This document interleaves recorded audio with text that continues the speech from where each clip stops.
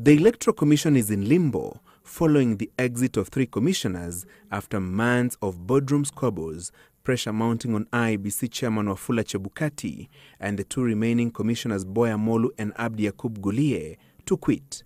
Chebukati's armed security detail was withdrawn today, as well as officers assigned to Molu and Gulie, a move they say exposes them to risk and compromises their effectiveness. The commissioners written to Inspector General of Police Joseph Boynet, seeking an explanation. The trio reduced to lame ducks due to lack of quorum.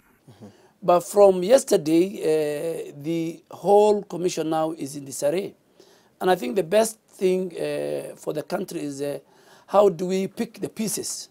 With the electoral body in a paralysis, National Assembly's Justice and Legal Affairs Committee has summoned Chebukati for a session tomorrow. We are having a meeting with the commissioners tomorrow, with the commission tomorrow, before the Committee of Justice and Legal Affairs, just to really discuss with them how they are, carrying their business now and I think the functions of the commission.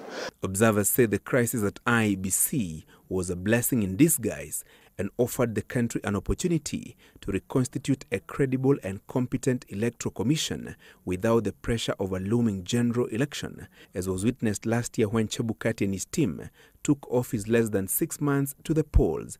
But there is no mechanism of recruiting new IEBC commissioners after the IEBC Act was amended in 2016, as proposed by the Joint Parliamentary Select Committee, chaired by Senators James Orengo and Kiraitu Murungi. The law was amended, but the mistake that happened was that they came up with a solution for only selection of the first commission of the IEBC. Njomo has proposed an amendment to the Act to establish a selection panel to recruit new IEBC commissioners. He proposes a 9-member committee, 5 nominated by religious organizations and 4 by Parliament, but the panel's composition could face opposition in the House.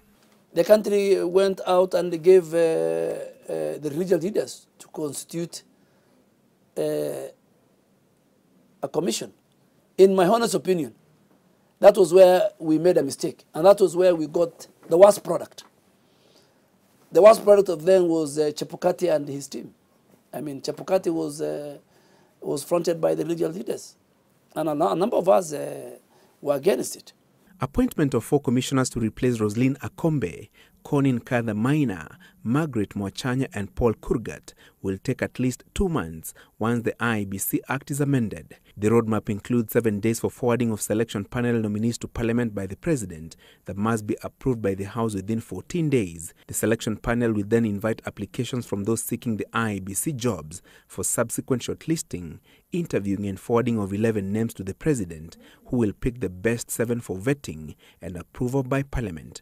The successful candidates must be cleared by the House for appointment and swearing in within 14 days. This approach that we have to go through, we have no option.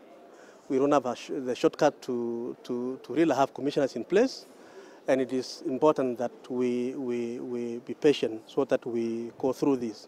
A petition is also in the pipeline asking Parliament to compel the President to constitute a tribunal to investigate Chebukati, Molu and Gulie for incompetence and gross misconduct. Francis Gashuri for The Big Question.